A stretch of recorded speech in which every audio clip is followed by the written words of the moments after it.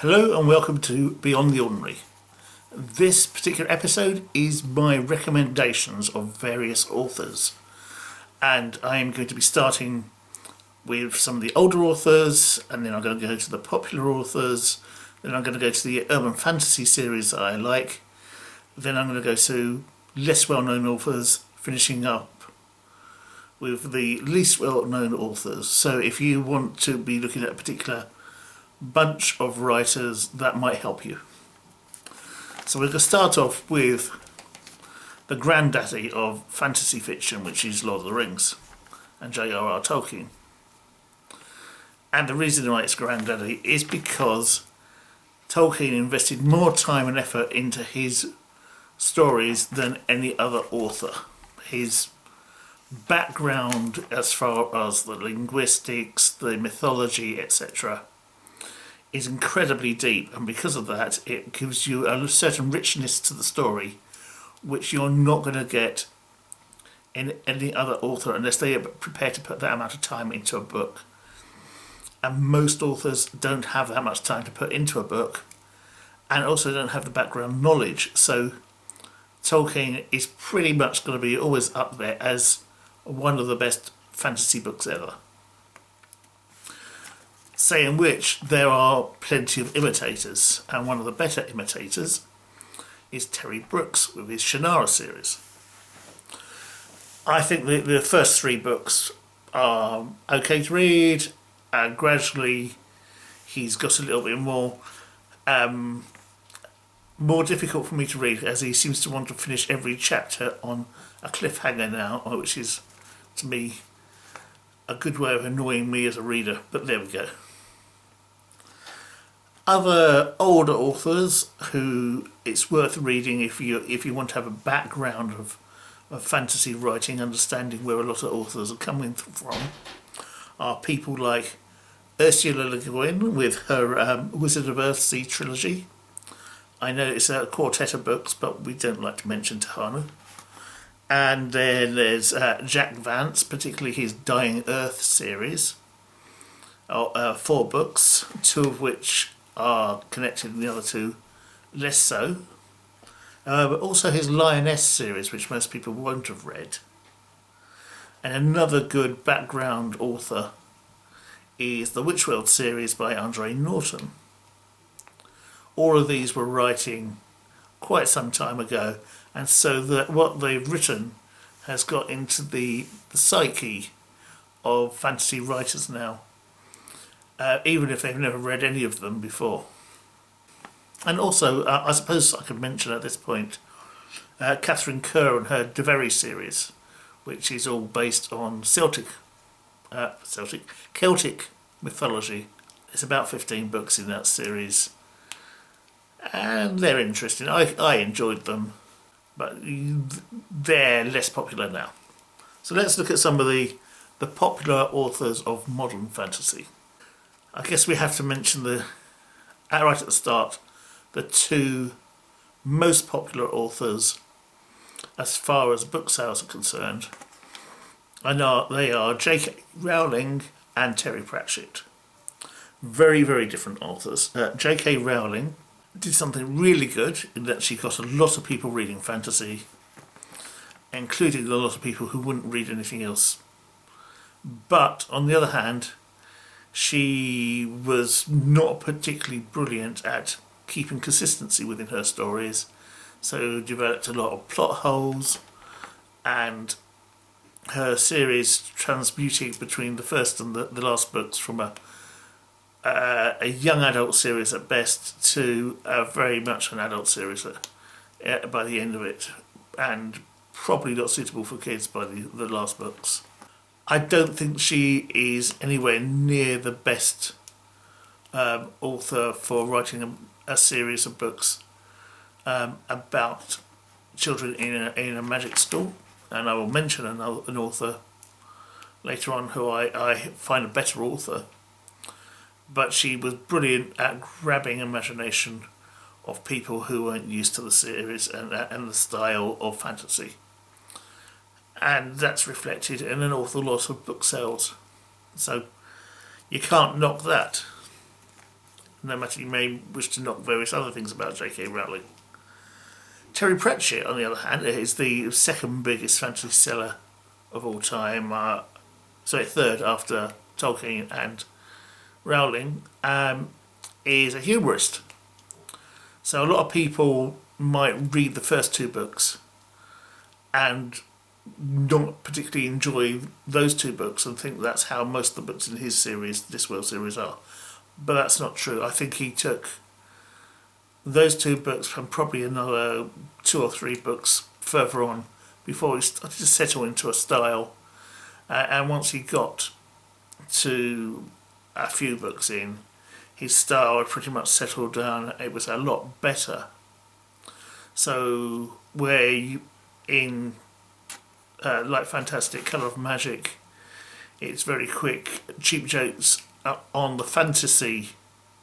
So he knew what fantasy was and he was making jokes about fantasy.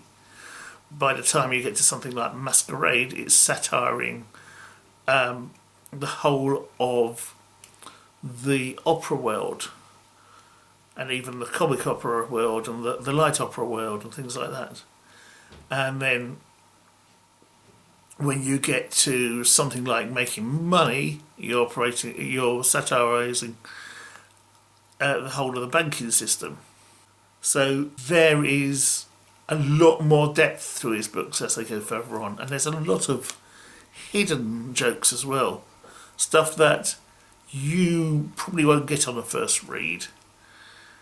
They're back in the old days, and this is showing how much of a nerd I am, when Terry Pratchett used to write on alt.books.pratchett, which was a news group, which they don't even exist anymore.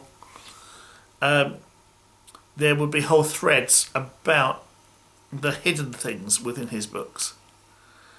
And you could easily miss quite a lot of them, because there were hundreds. And even towards the end, there were lots of hidden stuff in there. Having looked at the big authors, let's look at the popular authors now. Now, I kind of assume that most readers of fantasy books will have at least sampled some of these authors' works. And I will say what I recommend and what I don't. So, Brandon Sanderson. I've got to admit, a limited number of his books. I've read the Mistborn trilogy, and there was a lot that I liked about his work, and then there was things there about it, particularly in the third of the trilogy, that I really disliked as well. So I think they're good for you to make your own mind out about rather than me recommending them. Robert Jordan, on the other hand, with the Wheel of Time series, I can thoroughly not recommend this series.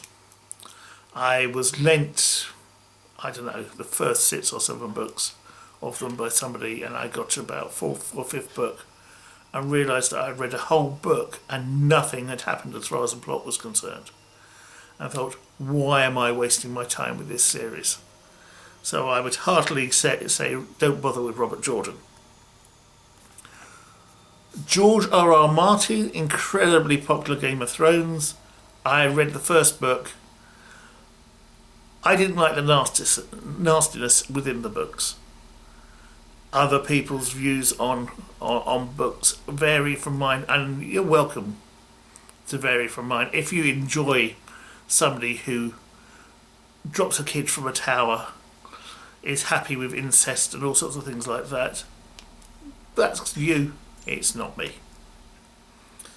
Let's go for another one who's popular. Joe Abercrombie. Now, I've got to be fair, I've only read one of his books, and that was so slow and tedious it didn't make me want to read any more. He was recommended as an author to me, and I really wouldn't recommend it to anybody else. Okay, another one that is often mentioned in the popular list is Terry Goodkin with his Sword of Truth series.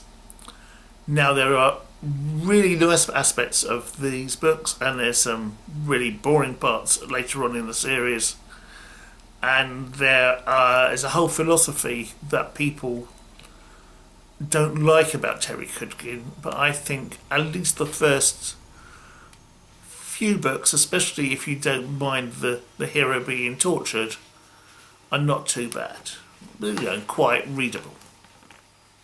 And there's some good bits later on, but there's an awful lot of rubbish in the middle. Carrying on, Ellie Modesitt Jr. He started with the Recluse series. I think there are very few poor books in the Recluse series. He also did the Spellsinger series, that I think is diabolical. His Imager series I really quite enjoyed, and there's another series which I've forgotten off the top of my head, which, the fact that I've forgotten it probably tells you all you need to know. It's the first 3 books were set in one time, and then the rest of the books, which are things Cadmium's Choice and Elector's Choice and were set back further in the past. The first 3 books seem to be war, battle, more battle, which was incredibly boring. It put me off reading any more after the first 3 books, so the others might be perfectly good, I just don't know. But as I said, so of his series, at least 50% are good, and well, the Recluse books is a lot more than all the other books put together, so his writing is much more than 50% good as far as I'm concerned. And he's got other books which are not part of those series, and almost all of those are really good.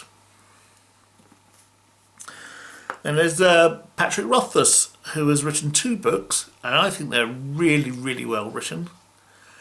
He's actually written 3 books, but the 3rd book is a lesson book, which is not part of the trilogy that the other 2 books are part of. And I really, really, really enjoy the author. It's just frustrating waiting for the 3rd book to come out, and it's been quite a few years now, and I'm sure it's still going to be quite a few years before they actually come out. But if you want to look at an author who writes in a way which is different from everybody else, and I think is more literary than almost all the other authors, he's very much got his own style. It's one of those people I think you're either going to love or hate. And I love his work. Others not so keen. Also amongst the really popular authors is Brent Weeks. He's got 2 series as of me writing, or me speaking. You've got the Night Angel series, which I think is absolutely brilliant. And you've got the Lightbringer series, which is 5 books. And I think has got the most complete magic system of any of the books that I've read. It's really well thought out, and it infuses the whole of the world within the book in multiple ways. And yeah, it does so much more than most magic systems do. And the world is designed better than most worlds are designed as well. I didn't like some of what he did in the last book, but authors can't get everything right for every reader. But yeah, I heartily recommend reading Brent Weeks. And the other major person I want to talk about, and the popular lot, is Jim Butcher. And Jim Butcher he's actually got 3 series, of which one is only 1 book at the moment, so we will ignore it. There is the Alira Codex, which is a series of 6 or 7 books. I've lost track now, it's a while since I've read them, which I think are a really good Lost Roman Legion on a different planet with magical powers books. I think they're well worth reading. But it's the Dresden Files he's most well known for, and I think that's pretty much kicked off the urban fantasy series of books that you tend to get a lot of nowadays. And they are everywhere, and there are a lot of really bad urban fantasy, and there's some really good ones. So I'm going to go through some of the urban fantasy books now, before going back to other types of fantasy fiction. Authors I would recommend who do fantasy fiction series include Benedict Jacker, who does the Alex Vera series, and they are very much similar in outlook, if slightly different style, to the Dresden series. Not quite as much humour in them. The Steve McHugh Harlequin Chronicles, I think, are a good urban fantasy with mythology in there. A lot of them have mythology in there, in some way, shape or form. But basically, in the Harlequin Chronicles, pretty much anybody who's in any mythology is actually probably still going to be alive, or if not, they're going to be mentioned in the books as people who had been alive and are important in some way, shape or form. You've also got M.D. Massey, who writes the Junkyard Druid series, which is sometimes called the Colin McCall books. And I compare him with Kevin Hearn, who also writes a Druid series. And the Kevin Hearn books, I got bored of reading after about 4 or 5 books. Whereas the M.D. Massey books, I'm still reading them, and I'm quite happy to wait for the next one to come out and read that when it comes out. Then, similar, you've got John Conroe, who writes the Demon Accords, which I think is probably some of the lesser known but well worth reading urban fantasy series around.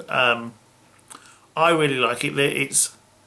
He started to write more and more of the books from different people's points of views, but that doesn't really hurt his books.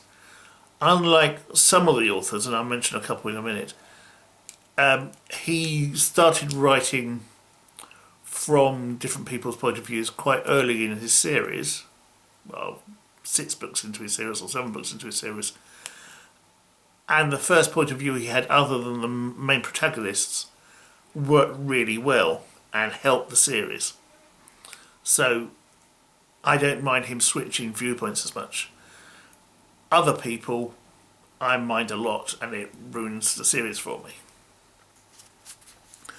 So talking of which, we've got 2 authors, Shane Silvers and Michael Anderl. Very different books, very different series, but they both have this, what's the best way of putting it? They invite other authors into their worlds to write within those worlds, and what those other authors are writing is affecting what is happening within the series as a whole. And the other authors aren't as good as the original authors. So Shane Silvers writes the Nate Temple series, and the Nate Temple books are really good. But there's, what's her name? Whiskey Flowers also writes within that world. And that character is really not interesting to me at all. And yet it impacts on the Nate Temple character, which I think is annoying. Similarly, Michael Andel writes the Brownstone series of books, and the Brownstone character, I guess that's probably more science fiction than fantasy, but it's close because they've got a magic in the series, even though Brownstone himself doesn't actually have magic. He just has capacities by being born from a different species. But there are a bunch of other books written around that series which get quite tedious as well. Also, I think that series has actually got to the point where it's getting too long. It's on about 20 odd books, and it's beginning to drag. A series I quite enjoy is by Orlando Sanchez, the Montague and Strong books. That's another urban fantasy, but it's a partnership. A guy who is a wizard and another guy who is immortal. and there are all sorts of aspects to the series. I think it's quite a fun, fairly light-hearted series, quite enjoyable to read. The series that I really want to mention, there's Ben Aranovich and his Rivers of London series, and this is basically a police procedural with there's enough magic in it, but the police procedural part of it is just as important in a lot of ways. The problem I have with that book is there's not enough of the police. Like there's 2 or 3 of them. It's really not enough for a whole country. But the books are good and fun to read. And then the last one I want to mention of these is Mark Haydon and his King's Watch series. Again, the King's Watch is a group of people who police the magic world within the UK. And whilst all the others have been pretty much an urban fantasy series, most of the King's Watch books are set more in rural areas, and in particular English village life makes up an important aspect of the books, and so I think that is heavily influencing the whole of the writing, and so it's a very British series. The Alex Verus series is set in London, is nowhere near as British. The Rivers of London series doesn't feel as British, whereas the Mark Haydon King's Watch books feel very much like the backbone of English society. I'm now going to go on to some semi-popular, well, I say semi-popular, they're moderately well known as opposed to the big names in fantasy. And I can recommend all of these books, all of these authors. So let's start off with Scott Lynch, with his first book of the Gentleman Bastard series being the Lies of Locke Lamora. There's another couple of books at least in that series now. Very interesting to read. Real fun as well. You've got the Brian McClellan Powder Mage series. Completely different form of magic. Good, well-written books. Django Wetzler with his Shadow Campaign series. Again, another form of magic. Very well written. Very readable. Peter Brett with his Demon Cycle. There's 5 books in that series as far as I know. Again, completely different again, but very, very readable. And Mark Lawrence has got a couple of series of books. They're a little bit darker, so I'd recommend them if you don't mind reading dark books. But if you want light-hearted books, I wouldn't read them at all. But on the other hand, if you want lighter books, I suggest you read Simon R. Green, and there's a couple of fantasy series that he's written that I think are really worth reading. Now there's one series which is in 2 parts. You've got the Hawk and Fisher books, and you've got the Blue Moon Rising books, which are all linked together. The major protagonists in the Blue Moon Rising books, which are Rupert and Julia, are actually the same people as Robert and Isabel in the Hawk and Fisher books. But the 2 books are very, very different in their approaches, because Rupert and Julia are prince and princess, whereas Hawk and Fisher are watchmen.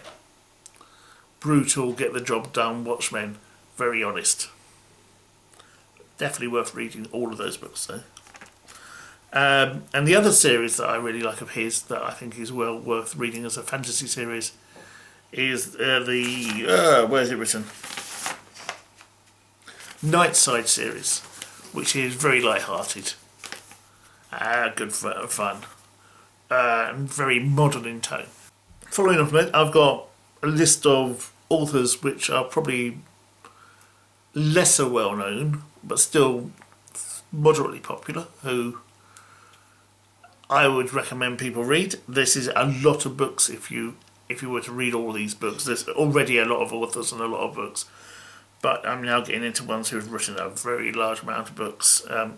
Lawrence Watt Evans and his Extra series. They're fairly light reading books. Start with a Single Spell, or the can't remember what the Unwilling Warlord is early on in that series as well.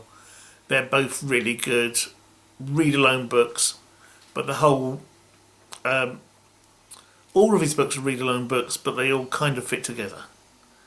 And there's lots of different magic systems, and the whole world is working with lots of different magic systems. It's quite a small world. It's quite an interesting concept. I like Lawrence Watt Evans. Stephen Brust has a whole series of books about Tautosh, who is an assassin, a human, living in a world with another species who also call themselves humans. But Tautos, the human, would call them Dragarians or elves. They are bigger, stronger, and live longer than humans. And this is because of genetic experiments done on them many millennia ago. There are 3 different magic systems in these books, and there's a whole mythology with that, which is kind of not a mythology, happening as well. And there are gods, and then there are other beings, alien beings, and all sorts of other things. This is a lot of books. I think the series is in about its 14th, 15th book at the moment. Plus there is at least another 6 books are written around the same world. And they're all interesting. And the Tautos books, of which I say is written quite a lot already, they're all written slightly differently, a slightly different style, because he's trying to portray the character of one of the different types of people within the world in each book. So it makes for a very novel way of presenting a series.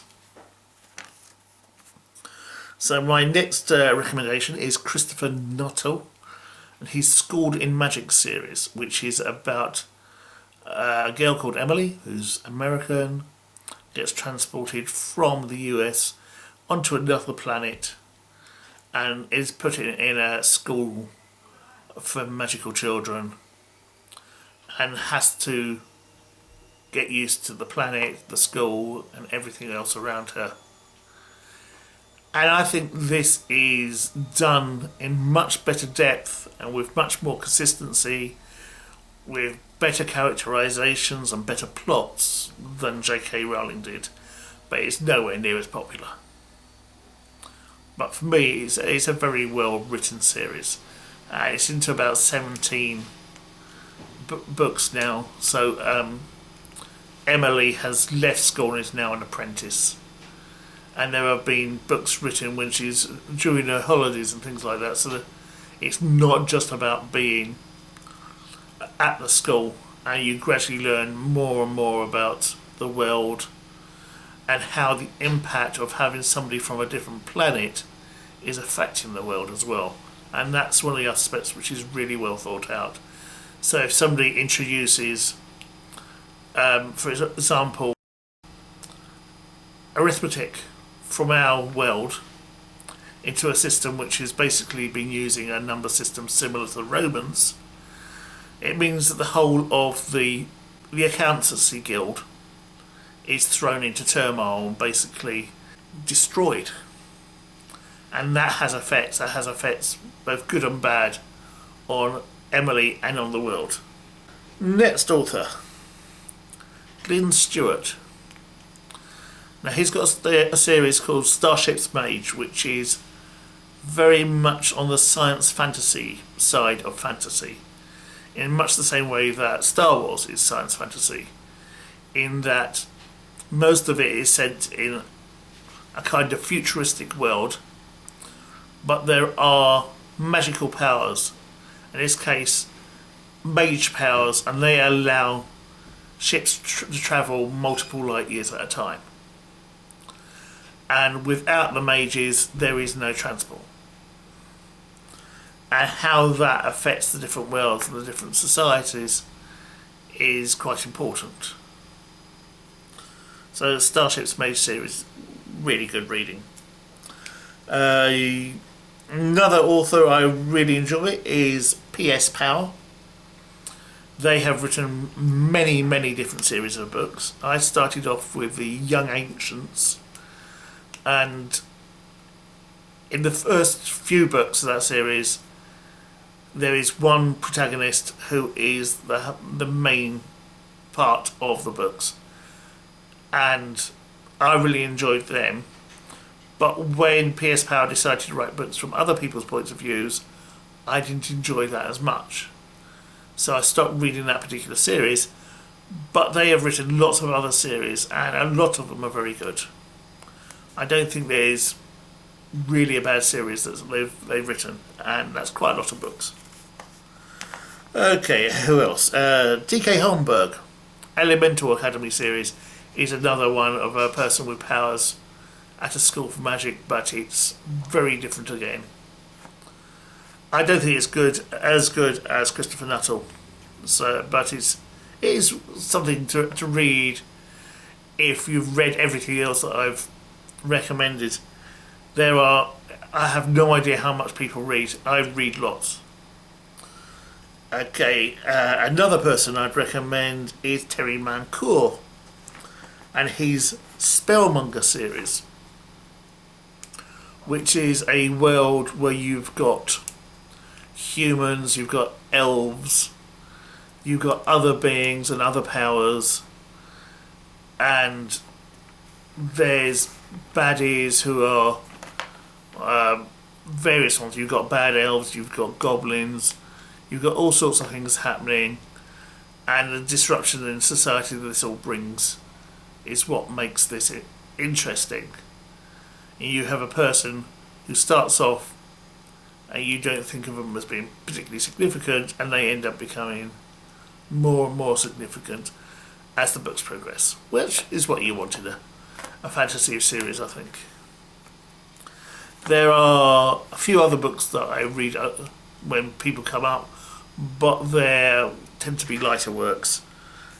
So I've only got two other books I'm going to mention, and these are the ones I've put under left field.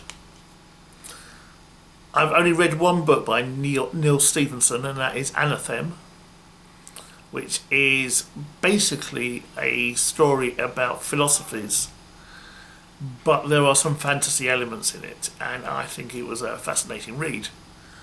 And then there's a series by Steve Higgs called Blue Moon Investigations, and this is a paranormal private investigation agency who don't believe in the paranormal.